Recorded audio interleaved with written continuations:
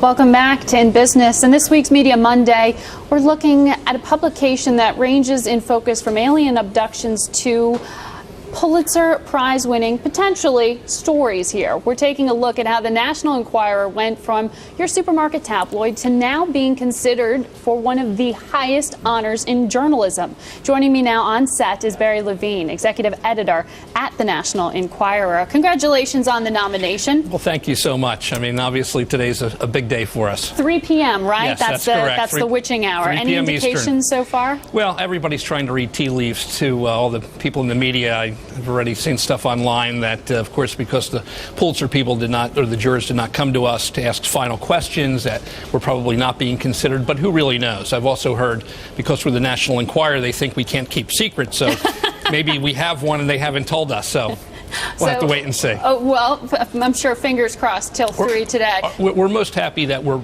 part of this process, that top editors in the country are looking at our material against, publications like the Washington Post and the New York Times, and it's great respectability and credibility for the Enquirer. Well, tell me what the nomination does, right? Because you could look around and say, with the TMZs of the world out there, gossip and tabloid has gone mainstream. How does this, do you want to take National Enquirer to mainstream political reporting? I don't think we'll ever be, mainstream. I mean, we, of course, practice checkbook journalism. Right. We primarily focus on Hollywood celebrities and scandals.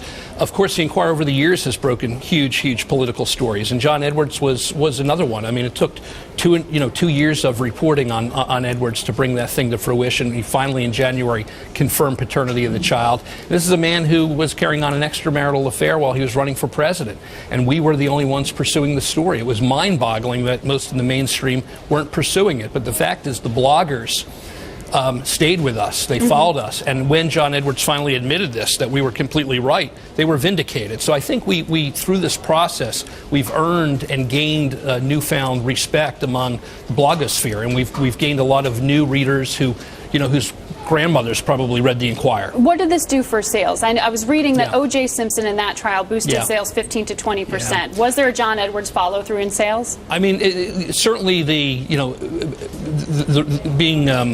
having the credibility, pumped up sales. But oftentimes political stories do not carry circulation as much as some of the celebrity stories. Certainly when we broke the Tiger Woods story recently, that scandal, that certainly pumped up sales. And because our name has been out there connected, I think, with the Pulitzer, and we've had some great Hollywood covers about the recent Sandra Bullock scandal and so forth, our numbers have been very competitive in what's a very tight publication marketplace. Now, let's show some of the images that were first published in National Enquirer. The credit and the potential award may go for the John Edwards story. You were just really following the story when the mainstream media had abandoned it. The idea of he might have a love child, he did have an affair. 2 things we now know to be true. That's correct. But as you just said, you did employ checkbook journalism, not necessarily for the stories that are up for the award. The 2009 stories. Right, for the 2009 stories. But American media, your parent company, has been saddled with debt, narrowly avoided bankruptcy. I know. How can you practice checkbook journalism when your parent company is in that situation? How's it affecting you as an editor? I think it's a testament to our publisher, David Pecker, the CEO of American Media,